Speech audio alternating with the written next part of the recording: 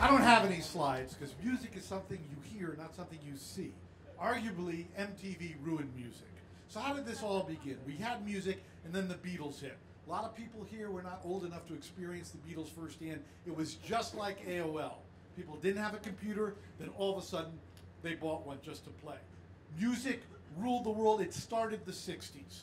Then because of a change in government regulation, you could not simulcast on the FM what you had on the AM. That engendered what we now call album rock, classic rock that many people are still listening to today.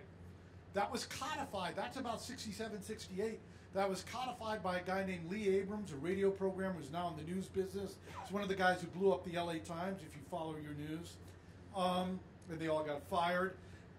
They turned FM rock into corporate rock. As a result, disco started, and then literally the whole thing blew up. They blew up in Comiskey Park, disco records, and the business crashed. It was Black Friday. They laid people off until MTV. MTV comes along, you're making more money in the music business than you've ever made before, because suddenly you can reach people, and it turns music into a monoculture. Where before we had regional stations and regional hits, now it was all dictated by one. Simultaneous with this was the CD, where you paid half the royalties, charged 2 or 3 times the price. The record companies made so much money, they thought it would go on forever until 1999 and Napster. Music business is the canary in the coal mine for all this digital disruption. The irony is it's already been figured out in the music business. The music business today, for one low price, i.e. $10, you can get the history of recorded music, okay? You cannot do that in visual media. If you look at, Disney is now launching their own app.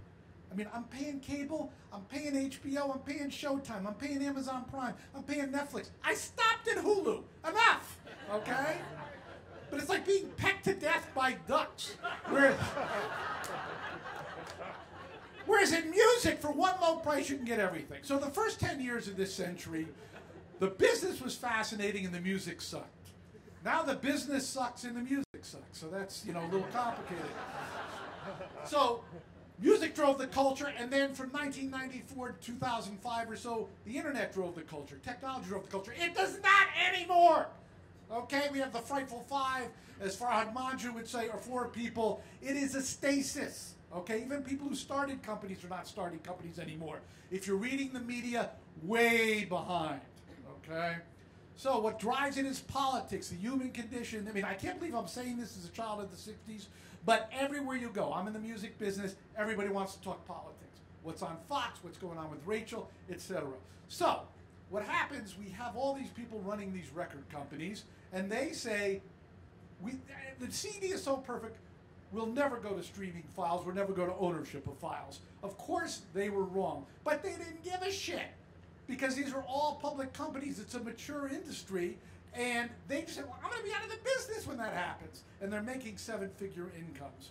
So then we have the iTunes Store. The irony today being that people want to go back to the iTunes Store when they bitched about the iTunes Store because it broke apart the album.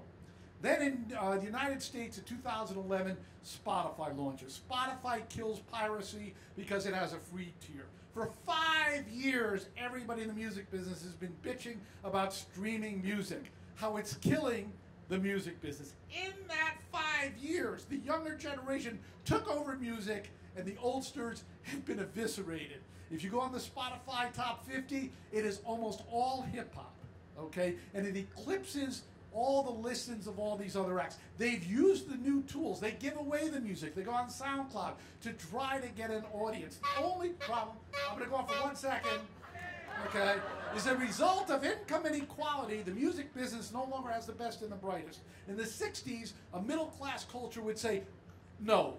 Today's musicians are constantly saying yes, except for the ones who can't get traction. That is why music does not drive the culture. Will it again? History repeats.